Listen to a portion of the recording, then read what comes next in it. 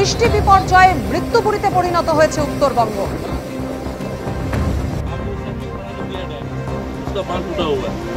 সমান তালে চলছে উদ্ধার কাজ। এনডিআরএফ এর 3টি টিম একসঙ্গে কাজ করছে। নাগরাকাটার ছবি আপনারা দেখতে পাচ্ছেন।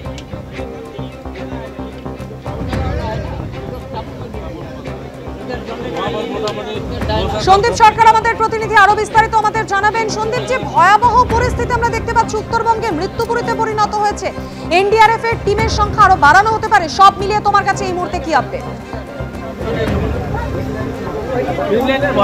দেখো, এনডিআরএফ এর 3টে টিম কাজ করছে বলে এনডিআরএফ এর তরফে জানানো হয়েছে এবং তাদের আরো দুটো টিম, একটি টিমকে মালদা থেকে রওনা করানো হয়েছে, আরেকটি টিম কলকাতা থেকে আজকে দুপুরেই রওনা হয়ে যাচ্ছে উত্তরবঙ্গের উদ্দেশ্যে। এখনো পর্যন্ত এনডিআরএফ সূত্রে খবর 9 জনের মৃত্যু হয়েছে, 9টি দেহ উদ্ধার করা হয়েছে, বেশ কয়েকজনকে জীবিত উদ্ধার করা হয়েছে এনডিআরএফ এর তরফে মিরিক এবং সংলগ্ন গ্রাম থেকে। এর পাশাপাশি বেশ কয়েকজন নিখোঁজ রয়েছেন, তাদের খোঁজেও তল্লাশি চালানো হচ্ছে বলে এনডিআরএফ এর তরফে জানানো হয়েছে। এনডিআরএফ সূত্রে যে তথ্য এখনো পর্যন্ত পাওয়া যাচ্ছে, কার্শিয়াংয়ে, দার্জিলিং জেলার কার্শিয়াংয়ে গতকাল সকাল 8:30 থেকে আজ সকাল 8:30 পর্যন্ত 393 মিলিমিটার বৃষ্টি রেকর্ড হয়েছে, সেরকমটাই এনডিআরএফ সূত্রে জানানো হয়েছে। এর পাশাপাশি এনডিআরএফ এর তরফ থেকে যে তথ্য পাওয়া যাচ্ছে তাতে ভুটানের তরফ থেকে জানানো হয়েছে, ভুটান প্রশাসনের তরফ থেকে জানানো হয়েছে যে তাদের যে জলবিদ্যুৎ প্রকল্প রয়েছে, সেই জলবিদ্যুৎ প্রকল্পের যে বাঁধ টালা হাইড্রো পাওয়ার ড্যাম ওভারফ্লো হয়ে গেছে, সেই বাঁধ খুলে দিতে হয়েছে, যে কারণে নিম্ন অববাহিকায় আলিপুরদুয়ার জেলার বিভিন্ন জায়গা জলমগ্ন এবং সেখানে তল্লাশি অভিযান এবং উদ্ধার কাজ এনডিআরএফ এর তরফে শুরু করা হয়েছে। এনডিআরএফ এর যে আপডেট আমরা পাচ্ছি এনডিআরএফ সূত্রে সেরকমটাই জানানো হচ্ছে। এর পাশাপাশি আরও যেটা জানানো হয়েছে যে ভুটানের ড্রুক গ্রিন পাওয়ার কর্পোরেশন তারা রিপোর্ট করেছেন যে তাদের যে বাঁধ রয়েছে, তাদের যে প্রজেক্টের বাঁধ রয়েছে, সেই প্রজেক্টের বাঁধ খুলে দিতে হয়েছে, তার কারণ ওভারফ্লো হয়ে গিয়েছে সেই বাঁধ এবং সে কারণে সতর্ক করা হয়েছে।